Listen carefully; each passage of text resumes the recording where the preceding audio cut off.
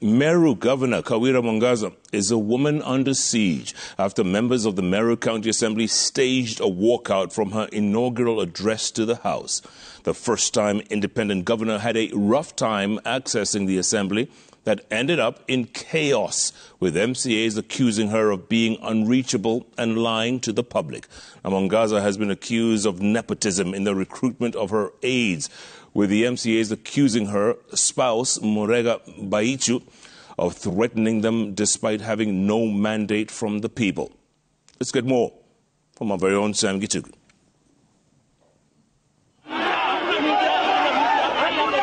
It had been a rather calm afternoon until emotions ran high as the third governor of Meru was taken to safety. She had been here to address the House for the first time in her duty to inaugurate the third county assembly. Yes, I wish. Minutes earlier, she had patiently waited in the House to outline her legislative priorities for the next 5 years. Her audience were the MCAs. Welcome, Governor. And as soon as she rose to speak, the MCAs had different ideas. They stood up as if on cue, quietly walking out of the assembly. But the governor was here, committed to her agenda. She kept speaking to an empty audience until the speaker called her to order. Have a seat, Honorable Governor.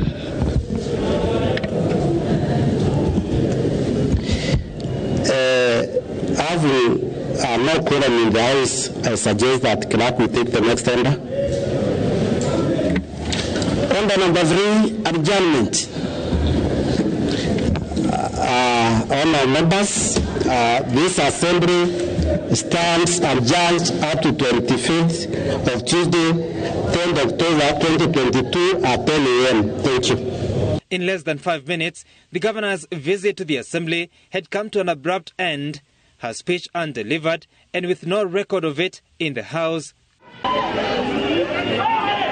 Outside the House, the MCAs who had refused to give an ear to the governor had a lot to say to her, but with little time and audience.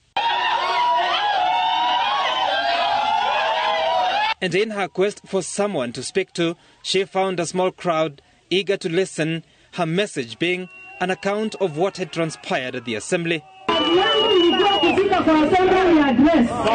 The competing messages ended up in chaos. Hurling of stones ensued, and the police had to contain the situation, lobbing tear gas at the masses. She may have beaten all the odds to win the governorship election just over 2 months ago, but the odds are against her now as she begins her tenure proper. Tuko na habari ya kwamba wanatumika vibaya kisiasa na senior politicians ambao sitataja kwa majina wanajijua. On her inauguration day, her husband Murega Baichu sang a song as a dedication to the immediate former governor Kawira Mwangaza.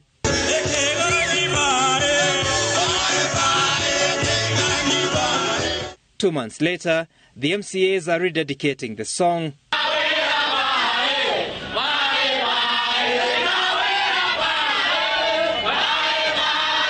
The governor left for her office to explain the genesis of the problem.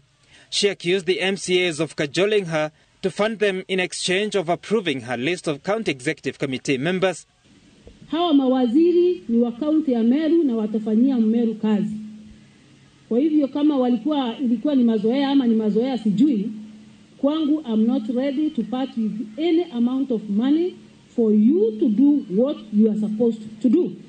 The MCAs, on the other hand, deny the accusations. They say their problem with the governor is her refusal to accord them audience.